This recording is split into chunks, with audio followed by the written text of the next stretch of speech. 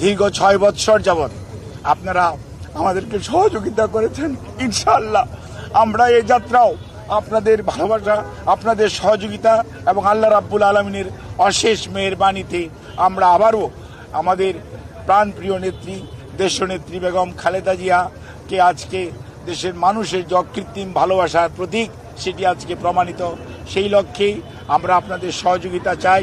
আমাদের ভারপ্রাপ্ত চেয়ারম্যান জনাব তারেক রহমান আপনাদের সবাইকে অনুরোধ করেছেন যে ধৈর্য ধারণ করার জন্য, এবং উনি সার্বক্ষণিকভাবে বিরামহীনভাবে দেশি বিদেশি চিকিৎসকদের সমন্বয়ে গঠিত মেডিকেল টিমের সাথে সার্বক্ষণিক যোগাযোগ রাখছেন।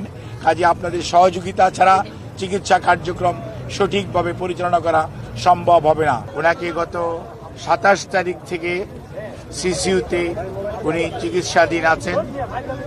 আল্লাহর অশেষ মেহেরবানিতে ডাক্তাররা যে চিকিৎসা দিচ্ছেন সেই চিকিৎসা সেটি উনি গ্রহণ করতে পারছেন, অথবা আমরা যদি বলি মেনটেন করছেন।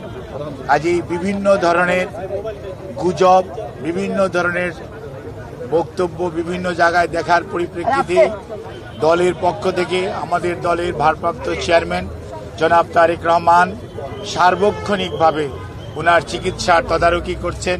চিকিৎসার সমস্ত বিষয়ে উনি দেশি বিদেশি চিকিৎসকদের সাথে আমাদের মাধ্যমে যোগাযোগ রাখছেন। দলের মহাসচিব এবং দলের স্থায়ী কমিটির সদস্য সহ সারা দেশের মানুষের ন্যায় প্রধান উপদেষ্টা পরিষদের সদস্য এবং বাংলাদেশের অন্তর্বর্তীকালীন সরকার সার্বক্ষণিকভাবে ওনার চিকিৎসার ব্যাপারে যথাযথ সহযোগিতা এই হাসপাতালের চিকিৎসক, নার্স এবং সকল কর্তৃপক্ষকে দিয়ে যাচ্ছেন। এবং আমরা অত্যন্ত কৃতজ্ঞ আমাদের বন্ধুপ্রতিম দেশ যারা, অর্থাৎ আমেরিকা বলেন, ইউকে বলেন, পিপলস রিপাবলিক অফ চায়না বলেন, কাতার বলেন, আর সৌদি আরবিয়া বলেন, পাকিস্তান বলেন, ইন্ডিয়া বলেন, আমাদের অনেক সরকার এবং রাষ্ট্রপ্রধান এই চিকিৎসার ব্যাপারে তাদের সহযোগিতার হাত বাড়িয়ে দিয়েছেন।